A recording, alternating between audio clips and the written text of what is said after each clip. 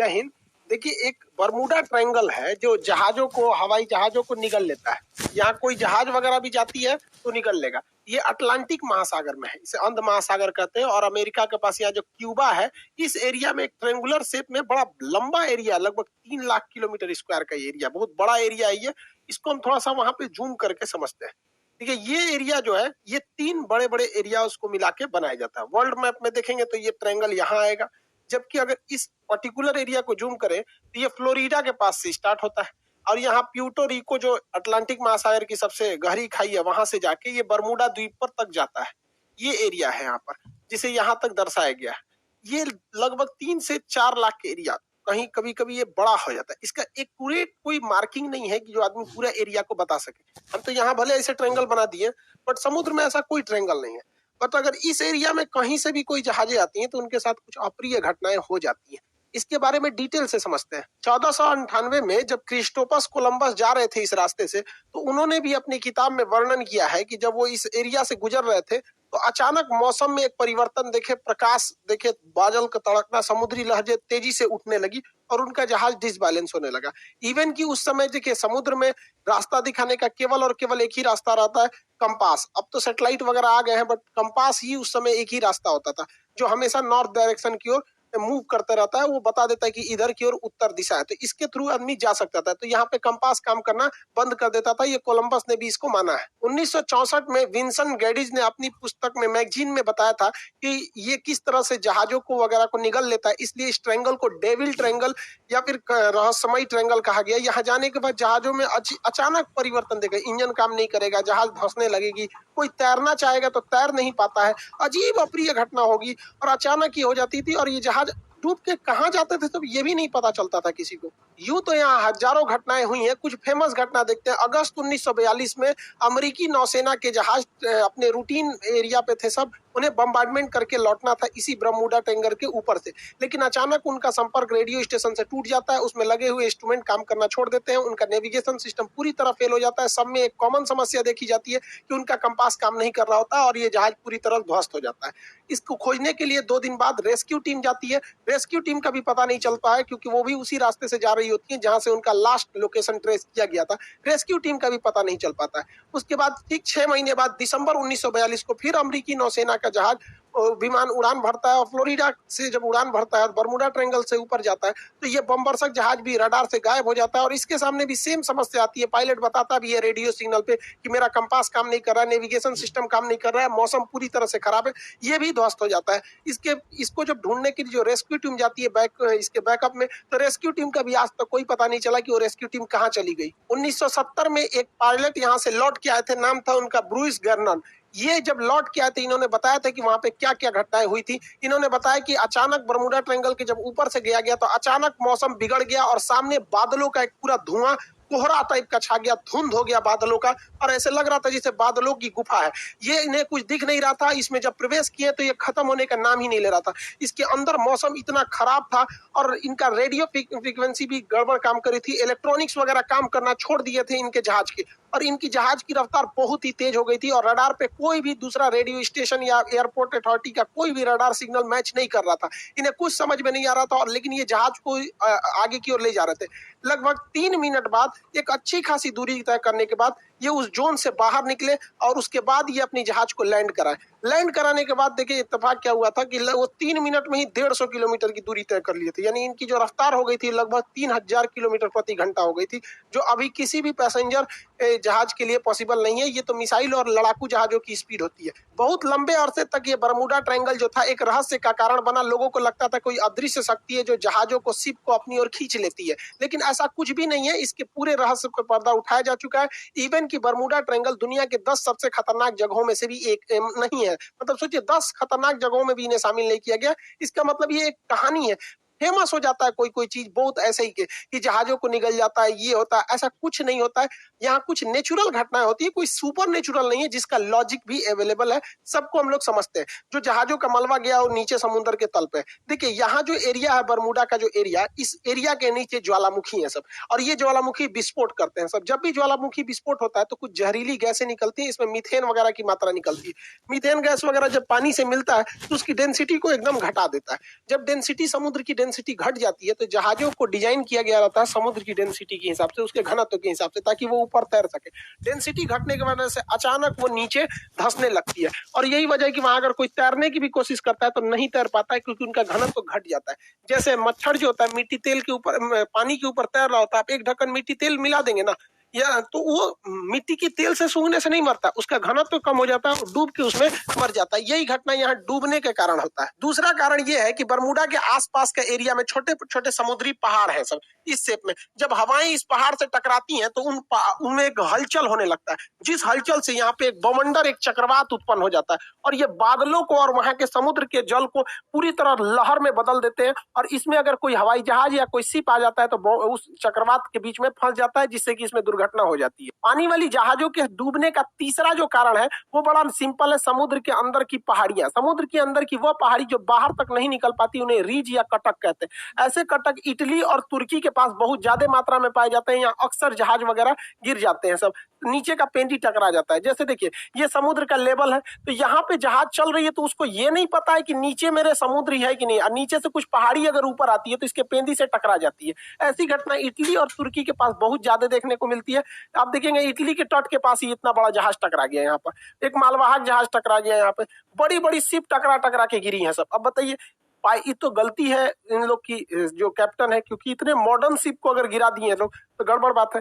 उस समय जहाजों की दुर्घटना ज्यादा होती थी क्योंकि न रडार था न सोनार था। आज के वक्त में पूरी बेहतरीन ढंग से रडार है, सोनार है। आज आराम से बरमूडा ट्रायंगल के ऊपर से जहाजें भी पार हो जाती हैं और शिप भी पार हो जाता है, कि उनको सोनार उन्हें बता देता है नीचे चट्टान वगैरह नहीं है। लेकिन पहले ये घटनाएं नॉर्मल थी ऐसे हो जाना। हवाई जहाज की दुर्घटना के पीछे सबसे बड़ा जो कारण है वो हेक्सागोनल क्लाउड का है। हेक्सागोनल 6 मतलब फलकों वाला एक क्लाउड होता है, बादल होता है, जिसे सबसे पहले सैटर्न ग्रह के ऊपर देखा गया था। ये बादल जो होते हैं, आप देखिए ये 6 सतह वाले बादल होते हैं, इस तरह से हेक्सागोनल शेप में ये बादल पाए जाते हैं। यहाँ ना दिखने में छोटा लग रहा है, ये सैटेलाइट से फोटो लिया गया, जबकि इसका एरिया देखेंगे तो 50 किलोमीटर स्क्वायर का एरिया होता है। तो ये लगभग एक जिला बराबर इसका इतना बड़ा एरिया होता है, उतने बड़े में ये बादल होते हैं। और इस बादल के अंदर हवाएं इतनी बवंडर के रूप में चलती हैं जिनका स्पीड 250 किलोमीटर प्रति घंटा होता है। यानी इसके अंदर हवाएं इतनी तेज होती हैं कि अगर कोई जहाज इसमें प्रवेश कर जाता है तो जहाज को वो तोड़ सकते हैं। तो हेक्सागोनल क्लाउड की वजह से यहाँ पे जहाजों की दुर्घटना होती है, अगर इस हेक्सागोनल क्लाउड में फंस गया तब। और ये भी देखिए फंसता भी, अगर विपरीत दिशा में फंसेगा तो तोड़ देगा उसको, और नहीं तो अगर सेम इधर ही हवाएं चल रही हैं उसी में जहाज भी फंसेगा तो जहाज की स्पीड को बहुत तेज बढ़ा देता है। यही वजह है कि जब वहां से कई जहाजें गुजरी हैं तो उनका स्पीड अचानक बहुत तेज बढ़ गया है। तो इसमें कोई दैवीय या भूत प्रेत वाली घटना या फिर कोई ऐसी चीजें नहीं है जिसका कोई पता नहीं लगेगा। नॉर्मल चीजें, अब ऐसी घटनाएं नहीं होती है, लेकिन ये पुरानी कहानियां, इस पे इतनी मूवी बना दी गई है, करोड़ों रुपए लोग कमा लिए इसके लिए। कहानी चाहिए एक डायरेक्टर को, अच्छा खासा कहानी बन जाता है। तो ये आप समझिए साइंटिफिक कारण। अब ऐसा कुछ नहीं होता है। ये तो रहा भैया आपका बरमूडा ट्रायंगल का, जो इधर अटलांटिक महासागर के पास कैरेबियन सागर में। ऐसे ही ये घटना जापान के पास हो गई। यहाँ पर जापान के पास भी एक ट्रायंगुलर शेप में एरिया है, वहां 1980 में एक जहाज जा रहा था डर्बीशायर। ये इतना बड़ा जहाज था जो टाइटेनिक से 2 गुना था। यहाँ कई लाख टन इसमें आयरन ओर की मात्रा भरी हुई थी। अचानक ये डूब गया, इस एरिया में अचानक डूब गया। जापान की सरकारी टीम ने उसे रेस्क्यू टीम भेजा था पता लगाने के लिए, वो भी डूब गई। उसके बाद एक हवाई जहाज से रेस्क्यू टीम भेजा गया, वो भी डूब गया। जापान भी डर गया। बाद में पता चला कि भैया सेम चीजें हैं यहाँ और यहाँ दोनों में, तो इसे एशिया का बरमूडा ट्रायंगल कहा जाता था। हालांकि जापान ने इसका नाम दिया था ड्रैगन ट्रायंगल। जापान के जस्ट नीचे था ये, ड्रैगन ट्रायंगल नाम था इसका, बरमूडा ट्रायंगल। ऐसा ही एक ट्रायंगल भारत में भी पाया जाता है, उड़ीसा में। उड़ीसा का एक एयर स्ट्रिप है, अंग्रेजों ने बनाया था द्वितीय विश्व युद्ध के समय, जिसका नाम था अमाडा एयर स्ट्रिप। अमाडा एयर स्ट्रिप ये उड़ीसा में स्थित है। यहाँ पे लगभग 150 से 200 अमेरिकी जहाजें यहाँ से आपस में टकरा गई, कुछ गिर गई। और इत्तेफाक देखिए, जब भी इनके साथ घटना होती थी, ना कोई वेदर खराब था, ना ही कोई मतलब हेक्सागोनल क्लाउड थे, ना मौसम खराब, ना चक्रवात, ना हवाओं की स्पीड, एकदम नॉर्मल टाइम पे यहाँ जहाजें गिर गई। आपस में आमने सामने जहाजें टकरा जाती थी सब, इतना खराब काम करता था यहाँ पर। हालांकि द्वितीय विश्व युद्ध के समय अमेरिकी जहाजें यहीं पे यहाँ पे लैंड करती थी और जापान पे बम गिराने के लिए यहाँ से भी जाया करती थी। आपको ही पता होगा कि अंडमान निकोबार तक में जापान आ गया था। तो इतनी जहाजें अमेरिका की यहाँ से क्रैश की गई थी और उनका बहुत सारा हुआ था। हालांकि ये मिलिट्री का एरिया था, इसलिए इस फाइलों को बंद कर दिया गया, बहुत ज्यादा डिस्क्लोज नहीं किया गया। तो ये भारत का बरमूडा ट्रायंगल आप कह सकते हैं। तो ये तीनों जगह, अब इसके पीछे क्या लॉजिक है भैया, आपको बरमूडा का लॉजिक बता दिए, जो सेम लॉजिक ड्रैगन ट्रायंगल पे भी है, दोनों सेम है। यहाँ क्या है कि ये एरिया झारखंड से करीब है और झारखंड के जादूगोड़ा के पास यूरेनियम की खदान है। आपको पता है यूरेनियम एक बहुत ही रेडियो एक्टिव चीज होता है। ये इलेक्ट्रॉनिक सिस्टम वगैरह को अचानक अगर हाई रेडिएशन होगा या इत्यादि होगा तो इसका बड़ा इफेक्ट पड़ता है, जिससे कि इलेक्ट्रॉनिक सिस्टम काम नहीं करते थे, नेविगेशन खराब हो जाता था, दोनों जहाजों का नेविगेशन एक ही डायरेक्शन में दिखाने लगता था। इसी की वजह से इसलिए दो जहाजें आपस में आमने सामने यहाँ पर टकरा जाती थी अमार्डा एयर स्ट्रिप पर।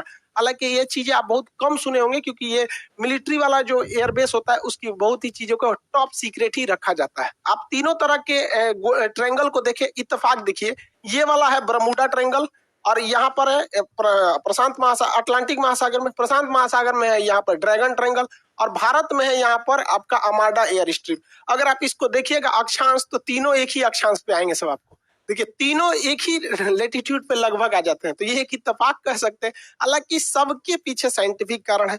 अब ऐसी कोई घटनाएं नहीं होती हैं। जो भी कहता है कि यहाँ पे कोई सुपर नेचुरल पावर है, ये है सब मन गढ़ंत कहानी है ये सब। हालांकि अटलांटिक महासागर में एक और जगह है सारगैसो। यहाँ सारगैसो सागर है, ये सागर है ही नहीं है एक्चुअली। यहाँ एक शैवाल पाया जाता है, एलिगी, जो समुद्र में तैरते रहता है, बहुत लंबा लंबा पाया जाता है, घास है इस तरह। यहाँ अगर जहाजें, छोटी मोटी जहाजें फंस जाती है ना तो उसी में फंस के रह जाती है। इसलिए यहाँ पे देखिए इतना बड़ा बड़ा घास पाया जाता है, पूरी समुद्र को ये घास ढक लेता है। सारगैसो घास पाए जाने की वजह से जितने एरिया में वो घास पाया जाता है उस घास वाले एरिया को, उस शैवाल वाले एरिया का नाम रख दिया गया है सारगैसो सागर। हालांकि सारगैसो कोई सागर नहीं है, वह सागर का वह हिस्सा है जहां ये वाला शैवाल पाया जाता है, सारगैसम नामक शैवाल पाया जाता है। इसलिए यूपीएससी सीडीएस में एक बार क्वेश्चन पूछा था, वो कौन सा ऐसा सागर है जिसका कोई भी तट रेखा नहीं है, मतलब जमीन से नहीं टच करता है। तो सारगैसो सागर जमीन से टच नहीं करेगा क्योंकि वो बीच का तो सागर है ही नहीं, वो बस एरिया है।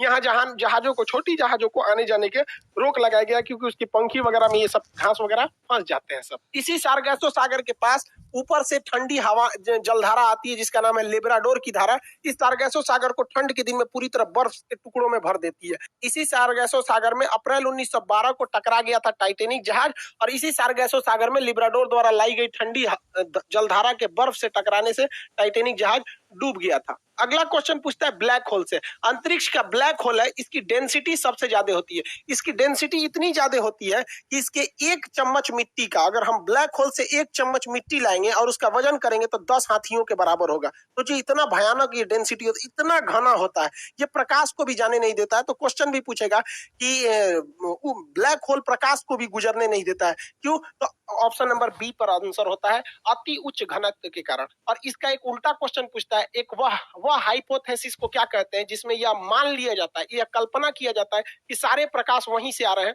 तो उसे हम व्हाइट होल कहते हैं। हालांकि ब्लैक होल और व्हाइट होल का पूरा परिकल्पना हम आपको ज्योग्राफी के क्लास में पढ़ा चुके हैं। भारत के जम्मू कश्मीर में लद्दाख और बारामूला की कुछ ऐसी पहाड़ियां हैं जिनमें चुंबकीय क्षमता है। ये भी क्या करती है, जहाजों के डायरेक्शन को भटका देती है। यहाँ पर एक चिनाब नदी पर ब्रिज बनाया जा रहा है जो सबसे ऊंचा ब्रिज है, कंप्लीट हो जाएगा तो इसके बारे में भी टोटल समझा देंगे कि ये ब्रिज क्या है।